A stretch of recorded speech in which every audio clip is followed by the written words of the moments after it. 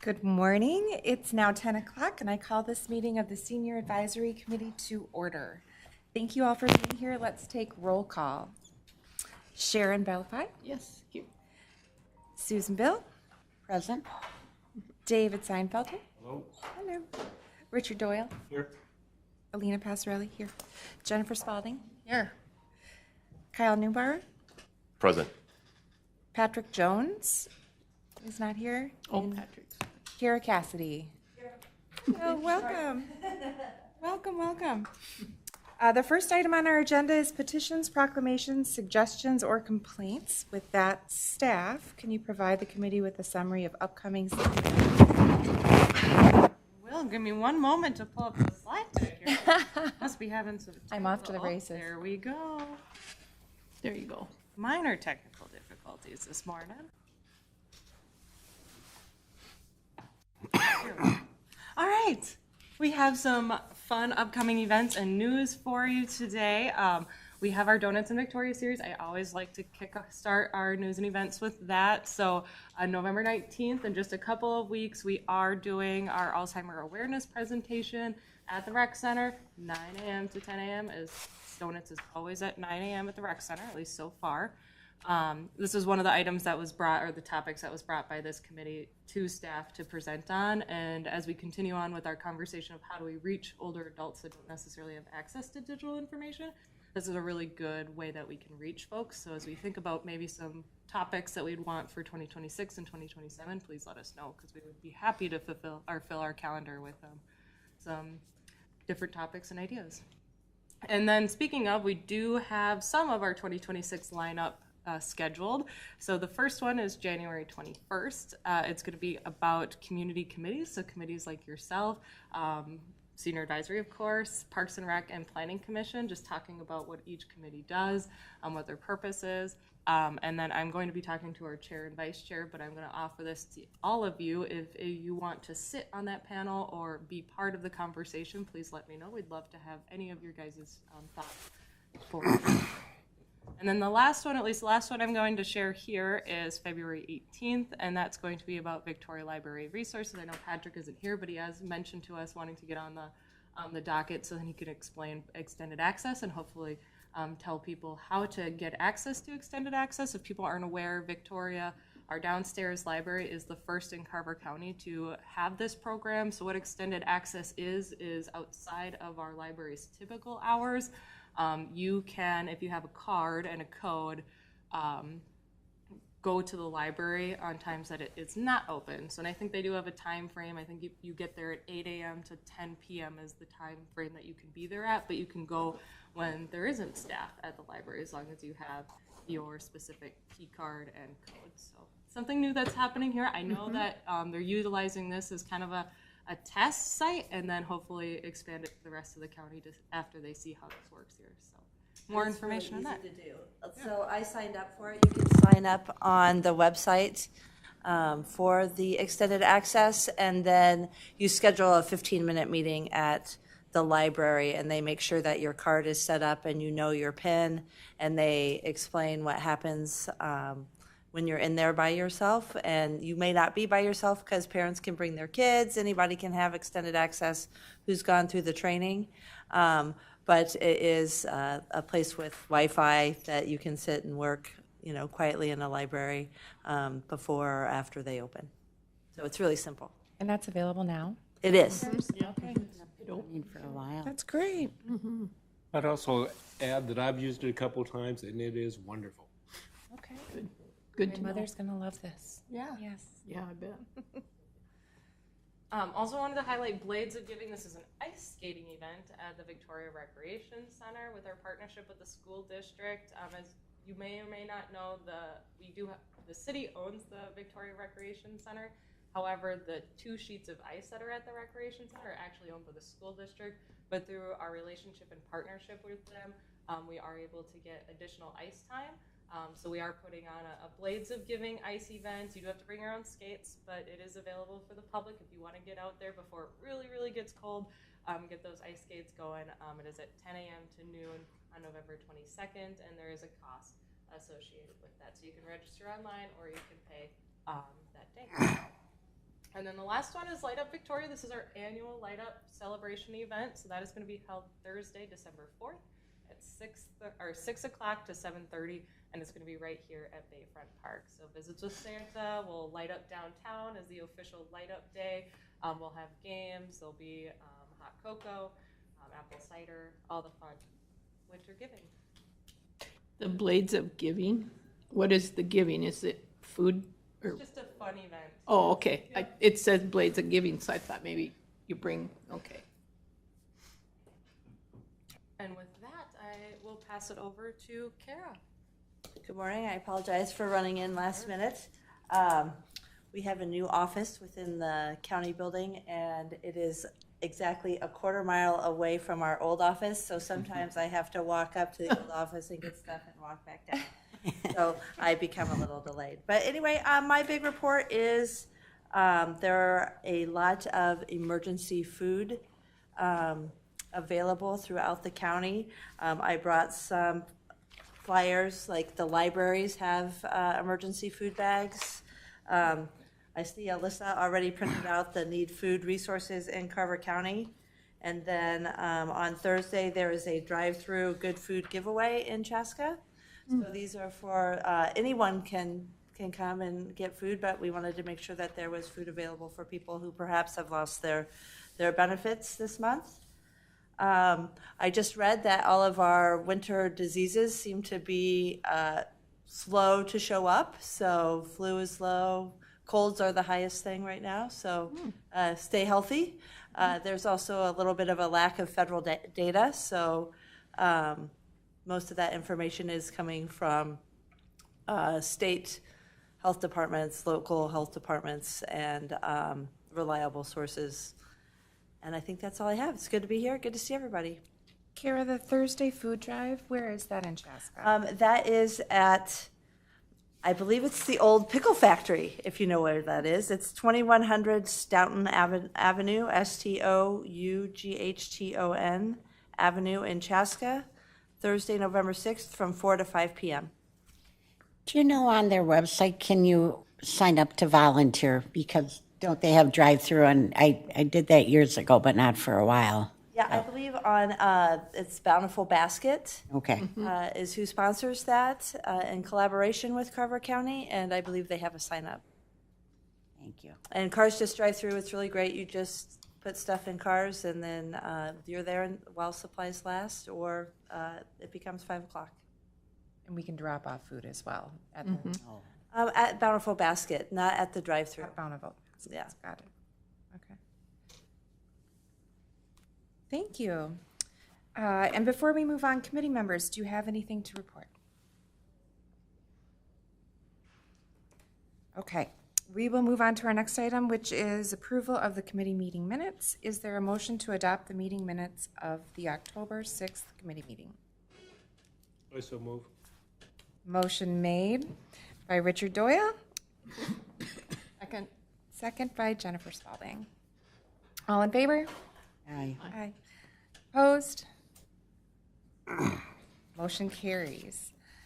There's no old business before us, so we can jump right into new business. First item today is the presentation from the Community Risk Reduction Specialist and Fire Inspector Zach Peglow. Yes. Welcome. Good morning. Thank you for having me, everyone. So my name is Zach Peglow. I'm the Community Risk Reduction Specialist / Fire Inspector, a loaded title, for the Victoria Fire Department. I'm here to tell you a little bit of who we are and what we do for the fire department. I've been with the city for 6 years on the paid on call fire department side and as a city staff. I started in public works, and then this spring I actually moved into this full-time position as fire inspector / community risk reduction specialist, which was a brand new position to the city and fire department. So a little bit about the fire department is it was founded in July 7th of 1913. They hosted a fundraiser, which they sold 35 barrels of ice cream and 16 barrels of beer to raise $854 to purchase a chemical fire engine. Back in the 1950s, the fire department membership was 57 firefighters, so it essentially turned into a social club. If you lived in Victoria, you were on the fire department. And then just a little statistic here, so we were at 57 firefighters in the 1950s. In 2012, we dropped down to 21 firefighters. So currently today we sit at 31, I believe, which we'll hit on the next slide, but it was a social club back in the day. And then on the screen here, you see our 1929 fire engine. It was the first motorized fire engine the city ever purchased. We still do have it to date. It does run, and it's more of like a parade and event truck now. We don't bring it on actual scenes, but it still does run, and the community loves seeing it out and about. So a little bit about the department is we have 3 full-time staffs. We have a fire chief, a deputy fire chief, and then myself as that community risk reduction specialist / fire inspector. And then we do have 28 paid on-call firefighters. So that paid on-call is when our pagers go off. I don't have one on me, but pager goes off. They come to the scene or go to the station, and then they head to the scene. And then we are slowly starting to transition into a duty crew model. So those duty crew models are where we staff the fire station with 3 to 4 people. On weeknights and Saturdays is currently where we're at. So those 3 to 4 people will, if a call comes in, they go take that call, and the rest of us don't have to come in. So it's a little more of a staffed model where people can schedule their time more. And then the people that are at their house don't have to come into those calls unless it's something big. So, and then just like any traditional fire department, we do fire suppression, medical response. That is largely what we do. As majority is medicals, rescue, hazmat, and then public education is a big part of what we do as well. So go to events like truck rodeo, Light Up Victoria will be at all those events, and then we also do more on that public education. So we do hands-only CPR, first aid classes, we'll go to the schools and teach, all sorts of fun stuff like that. Kind of going into that fire code and prevention a little bit.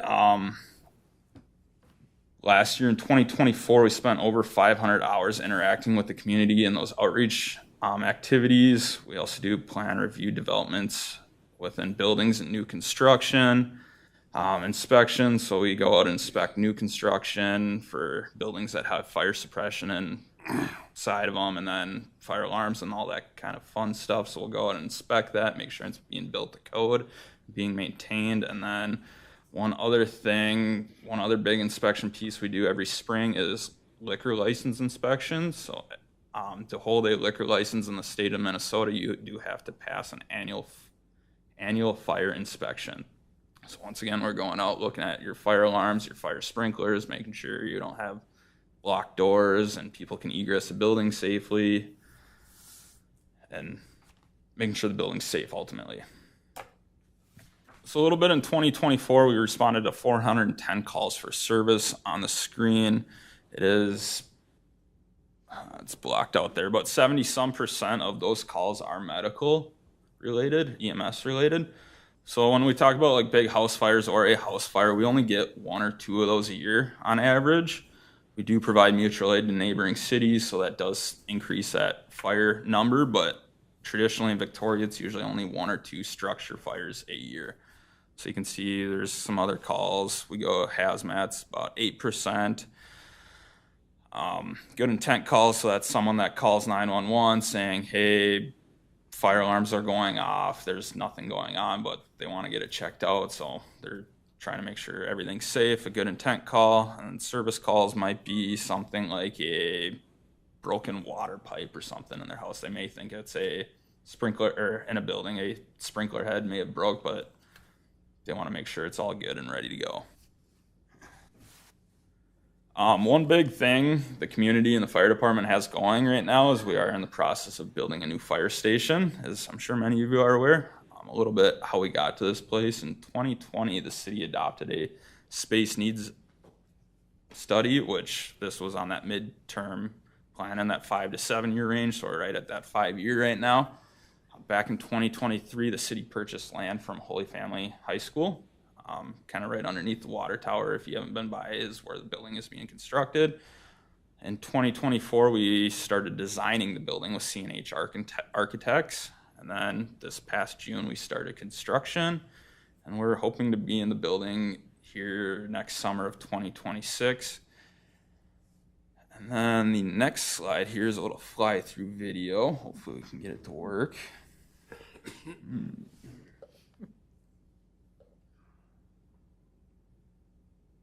Sorry, I'm trying to get it to go full screen. Maybe not. So this is entering the building off of Cochia, so the water tower would be off to our left right now.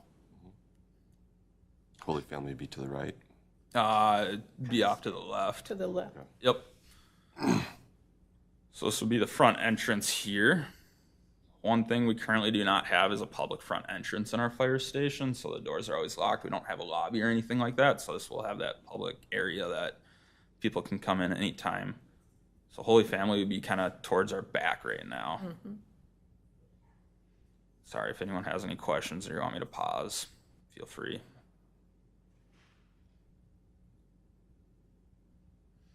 Apparatus bays.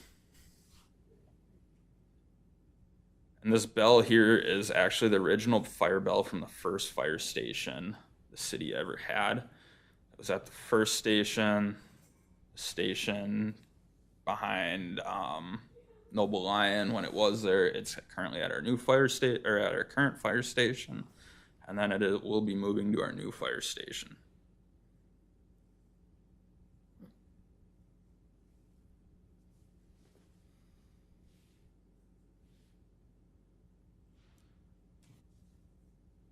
We'll jump inside here shortly. Walking in the front door, up in that front lobby area, you'll see that original fire truck like I mentioned before, that 1929, the first motorized fire truck the city ever had. Will be on display there, and then we'll be able to continue to bring it out to events. The lobby here.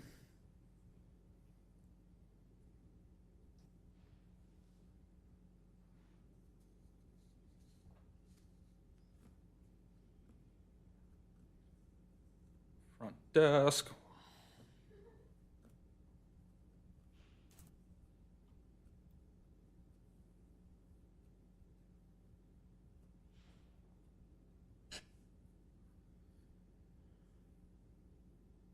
Classroom / emergency operations center. So one thing too is this classroom, and there's some conference rooms. The intention is to be able to let those be rented out by community members, so you could have your neighborhood HOA meeting there, stuff like that. Jumping into the administration side, so there's some cubicles, desks, and whatnot. One thing, the building department, so the building inspectors and official will be moving to this new building as well. How the city is structured is we are a public safety department. So the fire chief is also the public safety director, which means the building department falls under him. So all inspectors and officials, so they'll be moving to this building as well. A workout fitness room.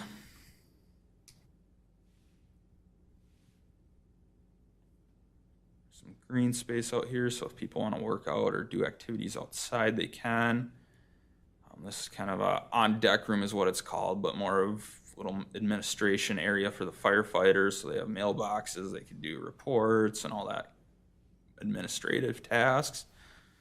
We work our way into the apparatus bays. So there'll be 4 bays on one side. And then there's a center area, which will be our decon and training area. So one big thing is firefighters are 106% more likely to get some form of cancer, just because all the carcinogens and bad stuff we deal with when there are fires. You see that toxic black smoke. Yes, we do have state-of-the-art gear and everything we can possibly get to try and prevent us from getting these cancers and bad things that get into our body, but that whole decon area will allow us to take showers. We don't currently have showers at our fire station today, so it'll be able to allow us to help try and mitigate those problems. And then a kitchen upstairs, along with there are bedrooms or dorm rooms. So we currently don't have overnight staffing today, so it will allow someday in the future. We don't know when that will be, but we're building for the future of allowing overnight crews to be there. The goal with this station was try to build it for that 40, 50-year mark. So not just for today, but what's going to happen in that 20, 30, 40 years down the road, so we can have that adaptability and flexibility with the building. Our current building that we are in today was originally built in 1982, so we're at that 40-some year mark. And then in 2006, when they added the water treatment plant, they did some exterior remodels and added on a little extra space. But one of the misconceptions of today with our current fire station is they drive down the road and they see this big, beautiful building. And it was originally built in 82, and then in 2006, they added on and did a facelift to the exterior, but they essentially did not touch anything on the interior. So we still have cabinets from the 1982 era. They still work, but they're showing their age and starting to fall apart. And We're also at max capacity. Like there's a training room that's Yep. in there that we sometimes use for staff meetings, but when you talk about a fire department that's 31 folks now, we're definitely, when you have training opportunities, when we're having public events in that space, we're at max capacity and probably a little bit overflowing the max capacities. when we have, Go ahead, Zach. I was just gonna say, when we have every firefighter in our room, it's standing in the back, so we don't have a seat for everyone. And then Zach touched on this, the level of carcinogens and the challenges that we currently have with the fire station. Because we don't have space outside of our apparatus bays, our gear, like the gear that's supposed to be protecting our firefighters, is sitting in the same spot as where our fire trucks are. So all the exhaust, all the fumes, everything that's on those trucks is right next to, within a couple of feet of the gear. So the things that are supposed to be protecting our firefighters aren't necessarily that clean, and they're getting that on their skin because they're wearing that so frequently. So this new space, Zach mentioned, we have a decon area in this new fire station. Fire stations are now built in phases. So there's a red phase, a yellow/orange phase, and then a green phase.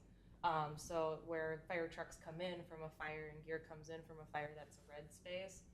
Then you have this decon room, which is then that yellow area. So that's where the showers will be, any cleaning for the fire gear will be. The clean fire gear, locker rooms, and that will be that yellow space. And then anything beyond that, like the staffed areas, the new fire trucks, the EOC, the training rooms, that's all in a green area. And we actually build our HVAC system to make sure that those areas are separated. So we're not necessarily blowing air from the red area into the green area. It's flowing in the opposite direction. Did I touch on that correctly, Zach? Question? Yeah, quick question. Maybe I'm getting ahead of you, but projections going forward. Yep. How long is this building going to last us? How many trucks are we going to add?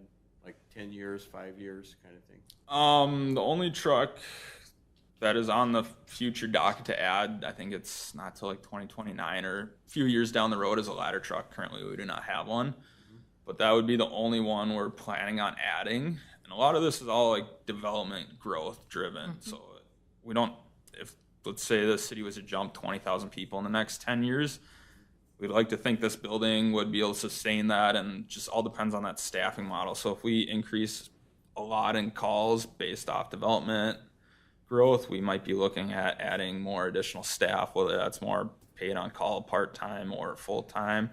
But ultimately, we're looking for this building to hopefully last that 40 to 50 year mark.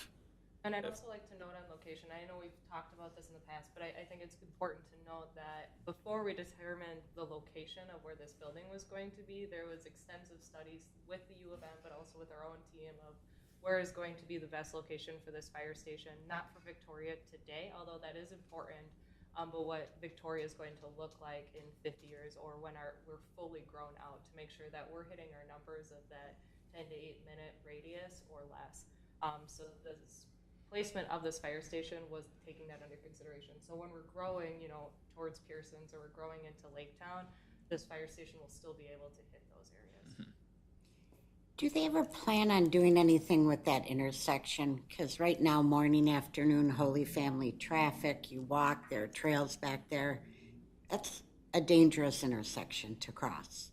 Do they, a yellow light? I'm sure will there be something when trucks come out, but is there a plan for that intersection?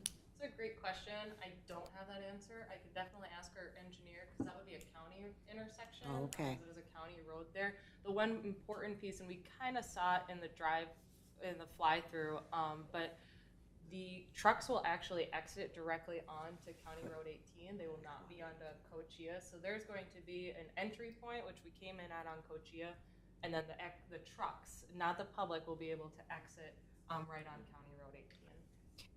But the Holy Family traffic and the speed that cars go down that road, and with the trail connections. Anyway, thought I'd ask. That's a great question, Sue. Sorry, I was trying to pull up the picture of where the trucks were going to exit, but apparently it's not working. Any other questions or comments on this new? Is that where the red doors were, on that one side? Yep, more on that side, correct. So there's a side of red doors towards Holy Family, I mean, on that side. Then the Holy Family building is like the tennis court? Yep, so if we can pause it, kind of this left, That's okay. yeah. So directly left would be the Holy Family. If we're looking kind of straight on, 18 would be down. I suppose you guys can't see my mouse, but 18 would be straight. County Road 18 would be straight in front of us on the other side of the building. To the front of the fire building faces 18? It actually faces Holy Family. Oh, that's what I was wondering. Yep. Okay. Yep. So we'll pull out of the station, kind of hang a right off to the driveway to get out of the facility. Mm-hmm. So Holy Family will be to our back right now. The soccer fields would be off to our left. Yep. You can see this driveway that goes off to the left. That is going out to County Road 18. Oh, okay. Those doors. Yep. You'd be exiting right here, and the soccer fields to our back. Okay. You touched on it a little bit staffing wise. What percentage is paid versus volunteer, and how, with the building, are we looking to ramp up in any category? As of today, I think we're sitting pretty good. So we have the 3 full-time staff, and then everyone else is paid on-call firefighter. Yep. So we're not technically volunteer anymore, but we're looking at continuing to grow those duty crew shifts and positions as the city needs it. So, Okay. Yep. And we are going to start a new duty crew position. So typically or historically, our duty crew position has been paid on call / duty crew. So you can sign up, you are still paid on call. So when there's all calls, such as a big event or we don't have duty crew shifts, everyone goes, or as many times as people can go, you go. Yep. And a duty crew, you're scheduled, like Zach mentioned, to be at the fire station. So not everyone else has to go. So this new model that we're starting to do, it was just brought to council, I believe, last month. We're offering it internally currently is that it's a duty crew only. So you can, you're not gonna be an all-call person, so when calls come in, you're not doing those all calls, you're only a duty crew person. So you're only going to be there scheduled, whatever those shifts might be, to make sure that people are continuously at the fire station, especially during those increased times. So we know that, and I'm just making this up, like Tuesday at 6 to 8 o'clock, increase year after year after year. We'll schedule duty crews to fit that spice because then we know people will be there continuously. Now, for duty crews, I don't want to say like just because there are people there, we also know that big fires happen. So when there's a situation where we need more people, they will ring the bell, metaphorical bell, and bring people more to the fire station. Mm-hmm. One big thing I didn't hit on with these duty crews is the duty crews are staffed the station with 3 to 4 people versus having to come in from your house, go to the station, then go to the scene on the paid on call side. I don't have the exact numbers in front of me, but when we're on that paid on call for the all call, when people come from their house to the station to the scene, it's somewhere in that 8-minute time frame from when the pager goes off to they get on scene versus when we go down to that duty crew model, we're somewhere in that 4-minute range. So you think when seconds count the lives, we're saving almost 4 minutes right there to put someone on scene, a fire apparatus on scene. So there are some big benefits to that when we're talking that time frame of getting firefighters on scene. And when is construction, what's the goal for having this completed? Yeah, we're looking at June of 2026. That's very weather and construction dependent, but that's kind of the goal right now of June of next year. So, Okay, exciting. yeah, I'll be here fast, hopefully. Before we move on, I did have a question of, oh, perfect. No, it's okay. It was going back to some of your data from last year, so it doesn't have to do with the building. If you want, I can hold on that. Oh, you're good. I was curious, given that we're the senior advisory council, the calls for service of the 410, do you have any data on, of these, these were, 55 plus or elderly individuals? Just trying to be thoughtful on, of these, is there anything that we as a council could do to try to educate or mitigate some of these, instances from, a senior, was it, hoarding, or somebody fell, or, something that we could try to, think about as a group to try to be proactive and helpful? Yeah. So one thing when it comes to our call reporting is we don't put in their age or anything like that. So we don't have specific data on people's demographics more so, but a lot of it seems to be like, just going off my head, of more like seasonal. So in the winter we see a lot more slips, trips, and falls on the ice type of thing. In the summer, like, we tend to see more so for like kids sporting events, more like heat exhaustion and stuff like that. But I could try and go back through some of our reports and get you some information on ones that might, calls or Sure. data that might pertain more to that senior aspect. I'd be happy to do that, and I can get you some of that information. That'd be great. Yeah. Appreciate that.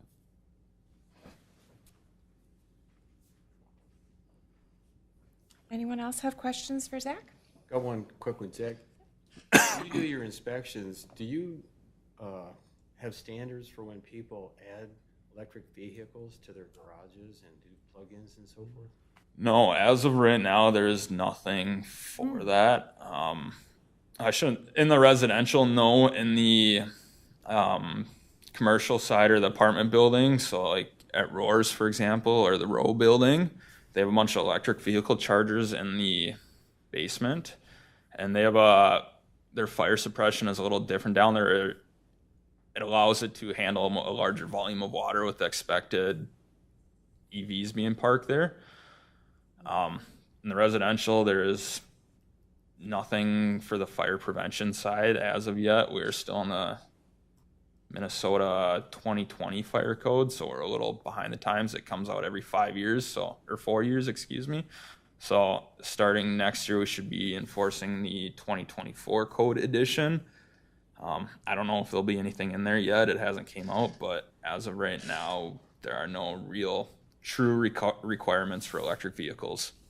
Really? We just had a fire in our neighborhood. The vehicle kind of blew up one night. Yep. Damaged houses on both sides of it. But there's no standard for that kind of thing. As of right now, no. Wow. There is no electrical inspection required, though, when the chargers are installed. So, They do have to get electrical Yeah. inspection. Yep, through the state. but there's not fire prevention Correct. required. Okay, got it. So this year's fire safety theme, the national theme, was around lithium ion batteries. So there are some things you can do, like make sure you're using approved chargers and not overcharging your device. When I'm saying device here, it could be anything from electric vehicle to your phone. I mean, this has a lithium ion battery in it. They're everywhere we go. So making sure you're using approved chargers or the original specified charger, the one made for that device, not overcharging your device. A lot of things, what the nation is seeing now is larger amount of kids are sleeping with their phones underneath their pillows. So that's we want to make sure our phones are out in a space just like so when we're charging it, so that it's not building up heat underneath a combustible material like a pillow or blanket. So there are some tips to trying to make sure we're being safe around these lithium batteries. Good tips. Talk to my daughters about that. Yeah. So we haven't seen anything in the area with being related to phones underneath pillows or blankets, but the nation is seeing it. There is some data behind that. Interesting. Yeah. Any other comments or questions for Zach? Anyone? We're going to go through the next couple of Yeah, I got a few more slides, and then, yeah. So obviously there's some services we offered. We talked about the fire side, responding to calls and all that, but some other stuff we do outside of that is we do home safety inspections. So we'll come in and check your smoke detectors. We can change the batteries. We can change your smoke detectors out if you get new ones and want new ones. Smoke detectors are recommended at that 10-year mark to be replaced. We want batteries to be changed every year. The new thing going into that lithium-ion batteries is we're putting lithium batteries in our smoke detectors. So, yeah, that is a new thing. It's a cool technology because then that battery is good, or they're supposed to be good for that 10-year mark, so we don't have to worry about going in and changing the batteries or AA or D battery every year. So that is nice in that aspect, but we are then putting more lithium batteries in our house. I'm not saying lithium batteries are bad. It's just something new the world is seeing currently in the last couple of years. So we can come in, change your smoke detectors, go through carbon monoxide detectors, make recommendations, and change them out if needed. Blood pressure checks, we do this free of service once again. If you come to the fire station between 8 a.m. and 4 p.m. Monday through Thursday, we can do that. Or if you call us and say, hey, I want to see if you can check my blood pressure tomorrow at 6 p.m., we can be like, yes, we have a duty crew on, and they would be happy to do that. So we do offer that free to residents. One thing big too is our hands-only CPR class. We offer this quarterly, hands-only CPR. So this is not the whole AHA, American Heart Association card that you get. This is just basic CPR on how to do it and how to save lives. So you can sign up today on the city's website for the February class. I do not believe the rest of the 2026 schedule has been posted yet, but the February class for 2026 has been posted. I'd like to put a plug in. Yeah. Just took your last one and Yep. it's a great class. Yeah. It can quite literally save someone's life. So it's a great task to know. And I just heard, I think it was 5th graders are now going through the class in Victoria Elementary. Oh, Maybe a cool. 6th grader. Well, that's a good idea. Yeah. I want to say it was 5th grader. Someone was telling me their kid was going through it. So That's great. yeah. It's a good task to know. Maybe it's through the police department. Did you offer at one time car seat inspection or car seat installation? Yeah, so that is through the county. I believe it's, Kara might, oh, yeah. It is. So, yeah, we do car seat inspections. I think typically it's in Chaska or Chanhassen. I don't know that we've done one in Victoria. And then coming in 2026, the Office of Aging, AKA me, we're going to do car fit, which is helping people make sure that their car is set up for them to drive it, mirrors, seats, steering wheel. So I was just thinking Zach and I should connect to see if we can bring one to Victoria. Yeah, I love that idea. yeah. Excuse me, did you know that Chan did car fit a number of years ago, and it was really successful? And basically, they used the fire station as an entry. Yeah, it was great. Thank you. Yes, I heard the history, and when we relocated our offices, one of the nurses was like, Carrie, you should bring back CarFit. I'm like, what is CarFit? So it's coming back. Yep. Good. That's a good idea. Does the county offer fall prevention assessments, like in-home visits? They do not. Okay, that's interesting. I would cut down on the calls. We can- But yeah, I know a lot of my senior clients have a lot of trip hazards in their houses. Yep. A lot of area rugs and Yep. things that cause damage eventually, so. AARP might. Okay. There's a local. Metropolitan Area and Agency on Aging, they're not, what are they now? The trellis. Yeah. I mean, they do a lot of presentations that come in, but they can't make people remove stuff, but they'll do presentations. Right, right. That might be a future topic for donuts as well as maybe one of the reasons I brought Zach here is for these extra services offered, because these are things that people don't necessarily recognize at the fire department. Right. And thank you, Kara, for jumping in on the car seat and car fit, because one of these things we'll want to do is make sure these are added to the senior resource guide, and then find ways for how do we help promote these services throughout the community. So things like hearing that slips and falls happen to be one of our higher call rates in the winter time. What can we do as a committee to broaden people's awareness of resources related to slips, trips, and falls, whether it's trellis or AARP, and what can we do as a city to bring some of those resources here? So just start noodling over that, especially as we kind of transition to the next conversation. And I anticipate we'll probably have that conversation continued over a couple meetings because it is really important. So just have those in the back of your mind as we're hearing from Zach, and then we're also going to have someone presenting next meeting. I'm going to skip ahead just so then I'm not related to this slide. We have the senior community services that are also coming next meeting, so they'll be presenting on some of the services related to Carver County as well. Okay.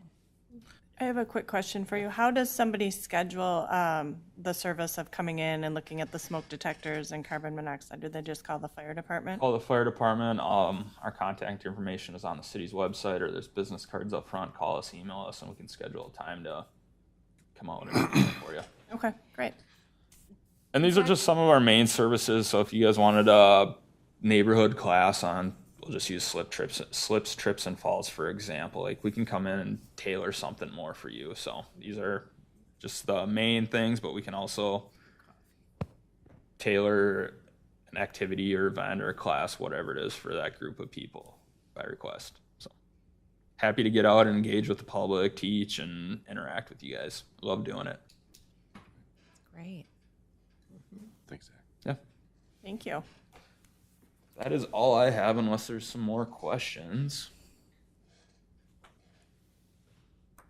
Thank you so much, Zach. Yeah, no, Really thanks for having me. informative. Feel free to reach out with anything, and I'll see if I can find some data on that for you. Appreciate it. Yeah, Even anecdotal. yeah, for sure.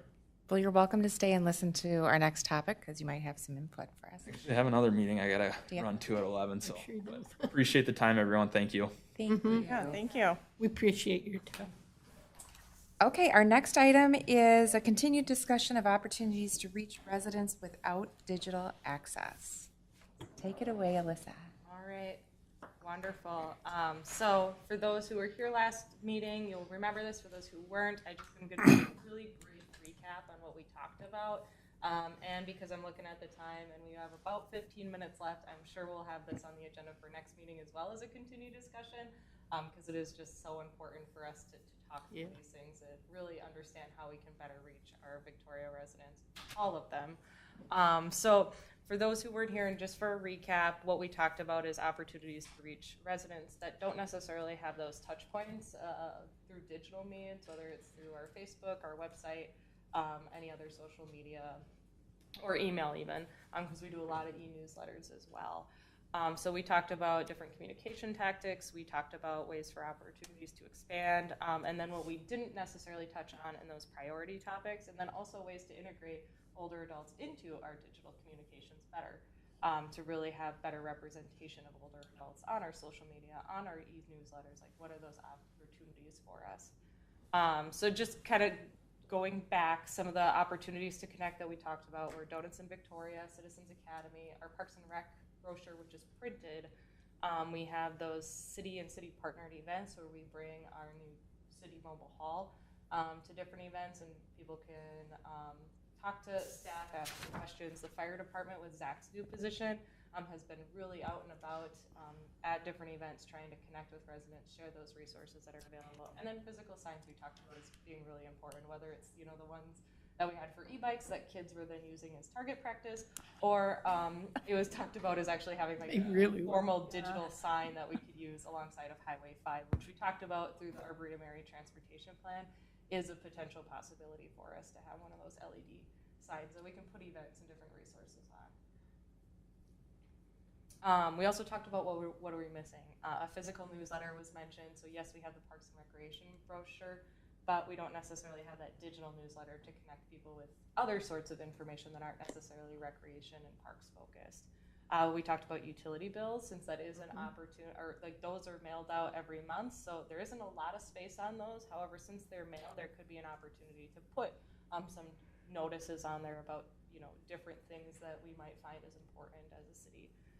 There's opportunities for volunteers. We talked about Holy Family, either whether it's handing out flyers or just finding other ways to leverage our volunteer community to help share awareness. We also talked about having some sort of like kid or teenager teen class, so having older adults meet with teens and teaching them how to use their phones or having or answering questions on their computers. One of the things that we've already started talking about as staff is related to Donuts in Victoria. We're having our IT director coming to present to this committee in, I believe, in January to talk about AI, and QR codes, because those are really big touch points on technology nowadays, and also really scary words for a lot of people, no matter what age you are. But we're also having him present at and maybe then we can partner with the library who does do tech classes, and instead of having that class at the library, can we do it after donuts, right after our IT director's class on AI and QR codes. We also talked about connections with senior facilities. Last month we had Jenna, our Parks and Recreation Director, share about the new furniture that is going to be at the Recreation Center. So how can we now leverage that those furniture areas to then make those community connection points, whether it's just like having an hour for games every week or an hour for coffee or whatever those places could be that could be formal but also informal. And then hopefully that generates a spot where people can pick up flyers and they know that resources will be available and they can answer questions at that specific space. We did talk about permanent signage, reliance on faith-based institutions. We know that those are really important. They have bulletins that go out. They know how to connect with older adults or people that are potentially not necessarily able to get information out. So those are just opportunities that we more or less talked about at last meeting. And then we led into, we have a lot of these, and I'm going to bring it back. We have a lot of these opportunities that we can do, but sometimes it's a question on, what are the priority areas of communication? I'm going to take utility billing as an example. There's a really small space on there. So what information should we put on there, and how do we direct them places? So in a situation like utility bills, you open your utility bill and it might say, hey, we have opportunities for, and I'm going to pick on the fire department because he was just here. We have opportunities for CPR classes if you're interested. You still have to go to the website though. Like that's how we're going to direct people to get information. So how do we identify what are those priority areas to get on utility bills? Because there's only 12 months in a year to get on those. But then how do we direct people? What is the most appropriate way? And we did talk about it last meeting, and I don't want to forget about this, is maybe there's now a phone number that's associated with that. So it's not just go to, victoriamn.gov, it's go to victoriamn.gov or call, and then we'll have our main line who that person can be trained to help them either register or direct them to the right person to answer any other questions or get them in contact with the fire department in that case. So that's kind of where we left it and where we understood as a committee where we need to go. One of the opportunities that Kyle brought up was maybe we prioritize them as need, wants, and curious. So, some of those need areas as residents, what do you need to know? Since I work in elections, the first one that brings up to my mind is elections, utility bills, transportation. Those are the big areas that, as your daily life, how does that impact you? You more or less need to know those areas. What do you want to know? What are things that are important just for your day-to-day life that is more of an improvement base? Maybe you want to know about our parks. Maybe you want to know about our trails. And then more curious things that don't necessarily impact you on a day-to-day, but are just really good information to know. And that might be something like the new future fire station. That's kind of a fun thing for people to know. It's not necessarily impacting you on a day-to-day, but it's good information for you to have. And maybe I'm wrong on those. There's nothing to say that I could be correct on the ones that I just listed. These examples for this committee to talk through.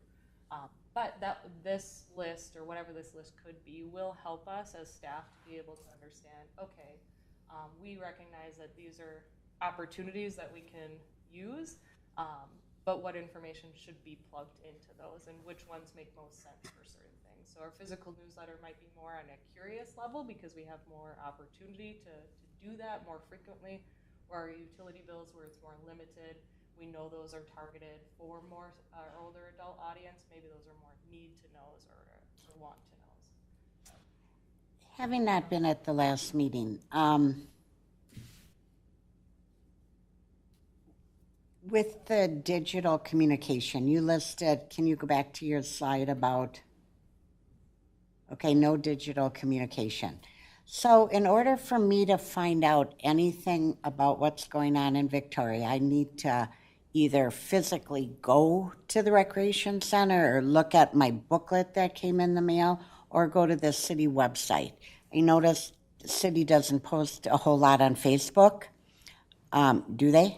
We do. We have a pretty active social media account. Okay. So we have 3 different social media accounts if you're interested. We have the city's main page.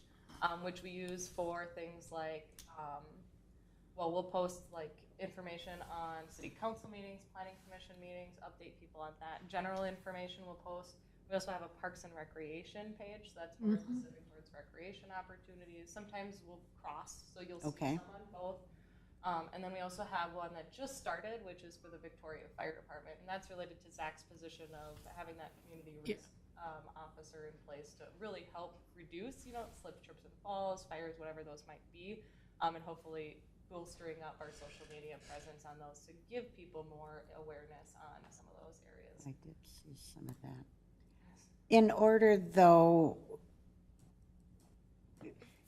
what communications are sent out, or like today the recreation center is going to be closing early, blah, blah, blah. You have to sign up to get on those, and do a lot of people know that? Or how many people are utilize some of the services? And do you do any e-blasts like Chanhassen, Chaska, Eden Prairie? Oh, our new booklet is out. You get emails on that, or you get digital. These are upcoming events. And I'm asking because I probably haven't been in touch with everything that's available. So can you explain that a little more? Talked about in the past, so I'm going to tie it kind of back into a past conversation. But we have multiple different city digital newsletters that people can sign up for, e-newsletters. You do have to subscribe to those. We are not legally able to scrape from like our utility billing and send people information that's not related to utility billing. So you do have to subscribe to those.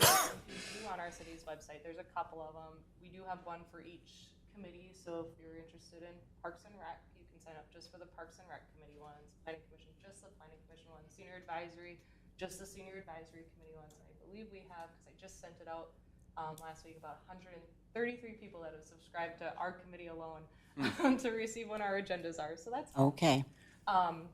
We also have ones, we just have a general one that comes out every 2 weeks, and that one is just on city regular news. So we do a lot related to transportation in the summertime, where when we had the fiber projects coming along, we'll post stuff related to that.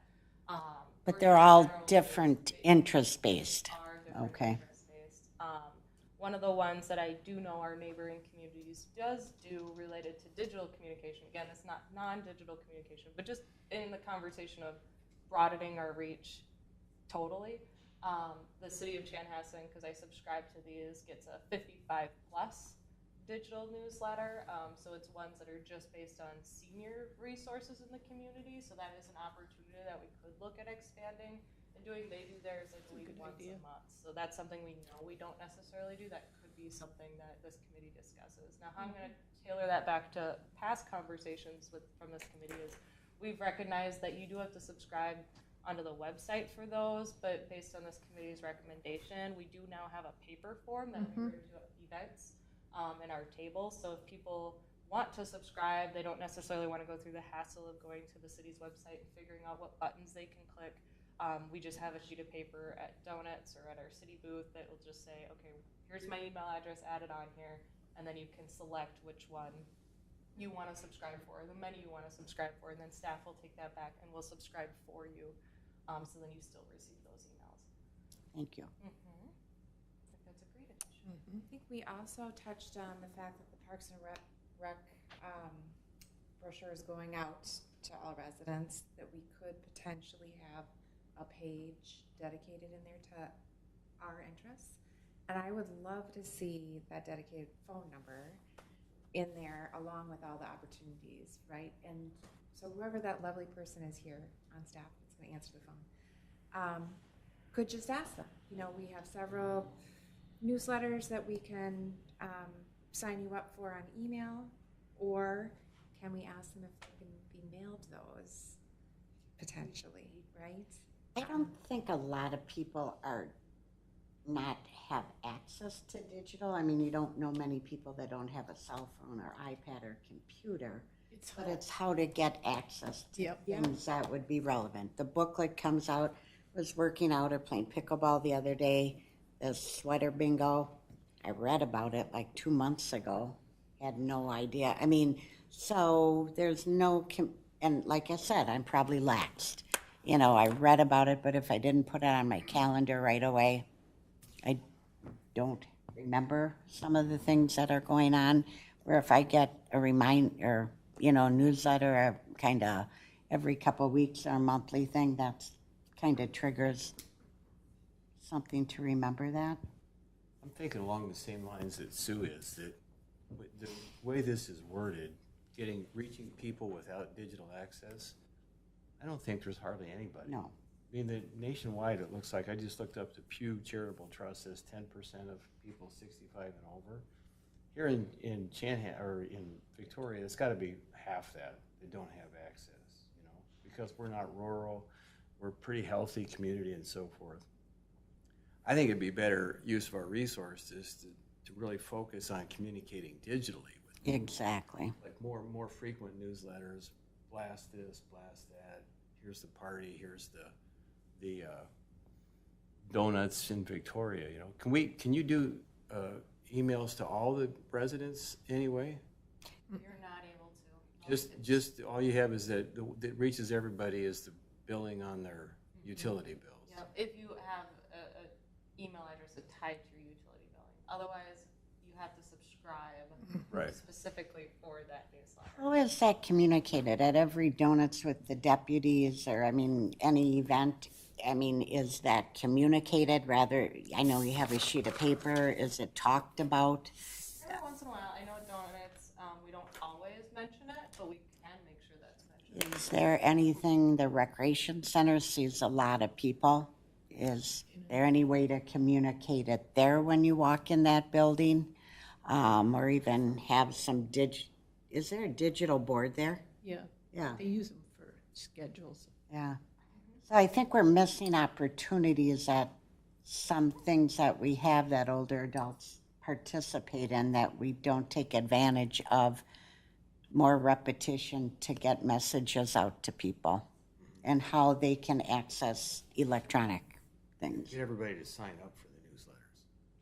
Would that be where having a page in the Parks and Rec Sure. brochure, because that does go to everybody, and you know, really splashy, hey, 50 A plus how-to? community, you know, here's Here's all the opportunities to Yeah. partake in. Call this number. yeah, call this number, yeah. And then maybe after, if they sign up, you know, not wait months, or welcome, you know, to this digital communication for the 55 in whatever community, you'll be hearing from us, you know, with upcoming events, I don't know, quarterly or whatever, as events arise. Stay tuned. Is there interest from the committee? Because now I've heard from two, and I just want to make sure we have a quorum on this, that there would be if there's interest in starting a 55 plus newsletter, digital newsletter. I think we have to think through, I have an interest, but I think we have to think who's going to be in charge and what are opportunities. I mean, what would we promote now? Donuts with the deputies? Is that in some classes? I know they've got the Golden Circuit, or Tuesday, Wednesday, and Thursday, they've got some classes at the rec center that are geared towards more older adults, although she works out really hard. But anyway, but what other things are we promoting, and who on the city staff is going to take the initiative to listen to feedback and maybe look for what more can happen? I think that's a great question, and I'm going to answer it for the committee. You're looking at the city staff. I knew the answer. I was gonna say, I think bet. that would be, this is a great committee to then, you know, to your second part of, you know, one of my questions then for the committee would be, you know, what goes back to this top priorities, like what are things this next month that are important? If this is a monthly newsletter, I would ask today, you know, what would we like to see for December as part of that? And it could be, you know, the slip strips and falls. I work with the fire department to bring something up to that. Maybe it is like making sure people are aware of events. So, you know, and this is selfish because I think we want people to come to all of our events, but Light Up Victoria or some of those donuts classes that are coming out. It could be, you know, in the summertime, we talked about e-bikes and trail safety, so making sure like those things are brought to the fold. So I would look to this committee, and maybe it would be a standing item. You know, when I talk about my city events that are coming up, it's a question of what do you, as a committee, what do you hear from your neighbors, what do you see? What are those priority areas for this upcoming month? To include in that one specific communication of digital newsletter.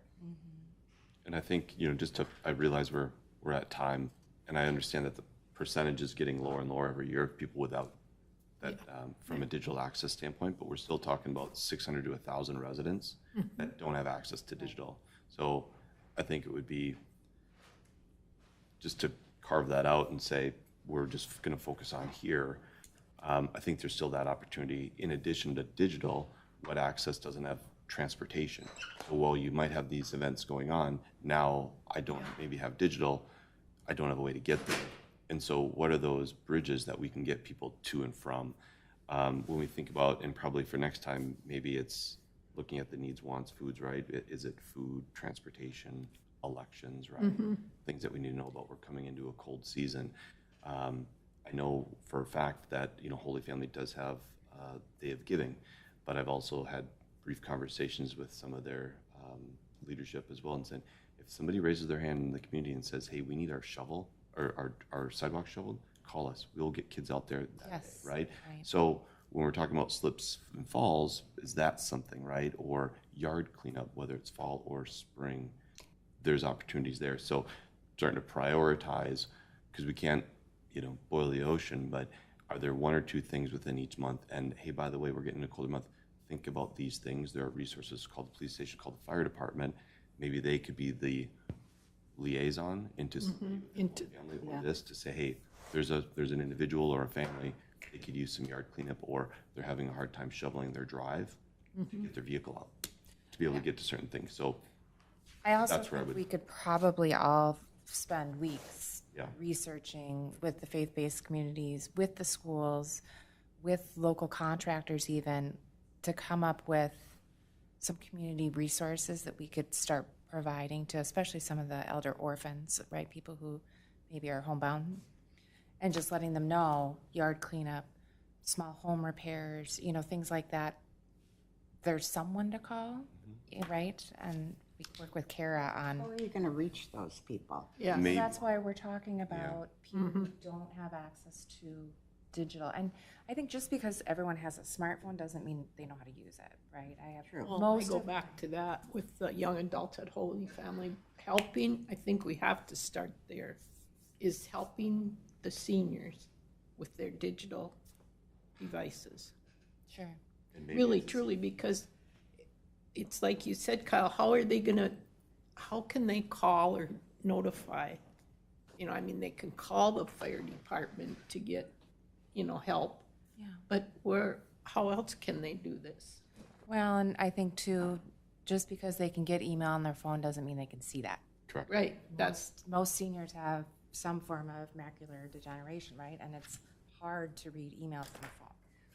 So, Will I know the library has some computers. Will the recreation center have any terminals for the public to access? Not public computers, no. We do provide free Wi-Fi at the recreation center, and then as part of the furniture, we will have the- bar stool that actually have outlets on the wall for people to plug in and play.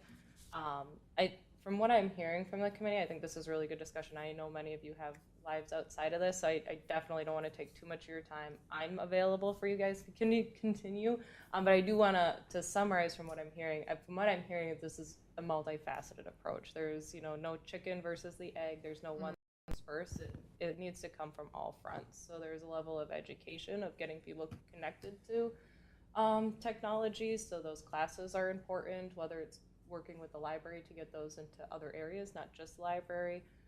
There's that level of then how do we get people connected to those resources? So the digital communication, how do we make sure people are aware that those resources are available or that communication channel is available more specifically? And then there's also that level of making sure that we're prioritizing what information needs to go in those as well. So understanding on our end what information should we be sharing. And this is, I think, really helpful discussion from us as staff of recognizing, like, we know that there's these programs, we can hand out flyers, but what are, making sure this is red flagged as a need, especially when it comes to this time, and making sure then we know to promote that in the ways that we can promote that. So it's really that multifaceted approach of really understanding all three to hopefully help this issue. It's not a quick fix. It's definitely going to be a challenge, but I think great. you offer so many great things, and I'm learning as we go, and I'm sure everybody else here is. So maybe it's as simple as on a quarterly basis or some cadence, a little, did you know? Yes. No, something that maybe we've promoted, but need to just to refresh. So did you know we can do blood pressure checks? Did you know the city offers somebody to come to your home and do CO2 or, an inspection for you, right? Did you know that we have these resources available, and then have a call to action for whether it's that or a QR code that takes them to the City of Victoria website, right? And then, or a splash page to directly to 55 plus or the food bank or election information, right? So it's something that maybe is a tagline in the future that we could prioritize. What is that month, that quarter, that one or two things, right? To not try to boil the ocean, so. Agreed. Yeah, Agreed. With that, does anyone have any other business they'd like to bring up today? I don't know if this is other business, but the Chanhassen Senior Center is having their open house today for their new building. They had on Saturday, they had the opening for the City Hall, and it's from 10 till noon today. It didn't happen overnight. The Senior Center, their senior commission started working in 1992, and it's evolved. So if you have time and want to stop over, it's taken a while to get where they are. So it's a beautiful building with a lot of resources, and Near the rec center? it's brand new City Hall. City Hall, right downtown, Okay. right in downtown Chanhassen. So Lovely. Yeah. I just have a few things. December 3rd is our next meeting at 10 a.m. It is, now I gotta check to make sure I put this wrong last time, and I gotta see if I put the wrong date again. I don't say this out loud. Weird. It's December 1st. I did it again. Yeah. December 1st. Thought so. I was Are like you looking in at my last calendar here the whole year? time. I'm like, oh, I hope. Is that the right one? Good catch, by the way. yeah, Well, I was saying it. I was like, gosh, I could have got that before, but it's December 1st, 10 a.m. Because we Obviously, it's changed it here. once before. The Senior Community Services is going to be touching on some of the services that they provide, kind of in that whole entire mantra of trying to understand what's out there so then we can help promote it as much as we can. And then we'll continue to bring back this discussion, but we also need to look at our Senior Resource Guide for 2026, make any updates and changes. That should be a really quick item. I almost brought a compliment to our committee. Chanhassen, I think Sharon brought it, has Yeah. developed a senior resource guide modeled after ours, and they're redoing it once again, but Yep. ours was kind of the inspiration for theirs. That's great. And then I will be sending you an email after this meeting. We have come up with the 2026 meeting calendar. It is still in draft form. Council officially has to approve it in their first meeting in 2026, but I want to get it in your hands because if there's any changes, I can let you know, but there probably won't be. Or if they are, they're really small, and then it gets into your hands faster and you can block off your dates. Perfect. I also think as a matter of just homework, I know we've been able to meet some of our neighboring cities, senior advisory council members, and just share ideas and stuff at the Aging in Place gathering. And we've been able to collect a couple of their calendars and newsletters and things like that. We should maybe go out to Edina's website and Woodbury's website and just see what they're doing for their senior communities. You know, So we don't- excuse me, something on that. When you're looking at communities, you kind of have to compare communities of the same size and amenities. So to go to Edina, that's, Well, I'm just saying model newsletter ideas, right? If we're going to start creating a senior newsletter specific, maybe just see what they're talking about, you know, or other communities, possibly. Just a thought. Just to note, that is what we did when we were creating our senior resource Right. on our website. Is we continuously look at a variety of different communities, cities. That's the one reason that this committee determined that there was no senior resource guide, because no one else was doing it. So we decided, Yep. okay, we should pick that up. And obviously now it's been spread throughout the state. Smart. So smart. Okay. Any other business from you, Alyssa? For me? All done? Okay. If there are no more items to come before the body of this meeting, can I ask for a motion to adjourn? I move we adjourn. I second. And a second. All in favor? I All right. Opposed? Motion carries.